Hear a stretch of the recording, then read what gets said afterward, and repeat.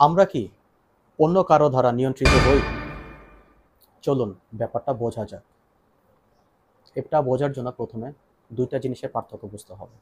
একটি হলো রিঅ্যাক্টিভ এবং অপরটি হলো রেসপন্সিভ। রিঅ্যাক্টিভ হলো এরকম, ধরুন আমার সাথে কেউ কিছু করলো আর এতে আমার কোনো দোষ নেই। আমি চট করে রেগে গেলাম এবং মারামারি শুরু করলাম অথবা গালিগালাজ করলাম, মানে পুরো সিচুয়েশনটা ঘোলাটে হয়ে গেল। এবার রেসপন্সিভ কি এটা বোঝা যাক।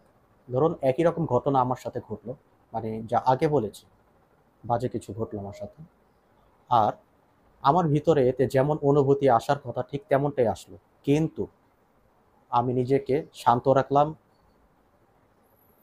আমি ব্যাপারটা ভাবলাম এবং রেসপন্স করার আগে আমি ভেবে নিলাম কিভাবে রেসপন্স করা উচিত,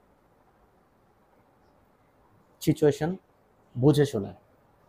এটা হলো রেসপন্সিভ। যতক্ষণ আমরা নিজেদেরকে রেসপন্সিভ রাখতে পারবো ততক্ষণ আমাদের অনুভূতি অন্য কারো দ্বারা নিয়ন্ত্রিত হবে না। আশা করি ভিডিওটা সকলের ভালো লেগেছে। Bye bye.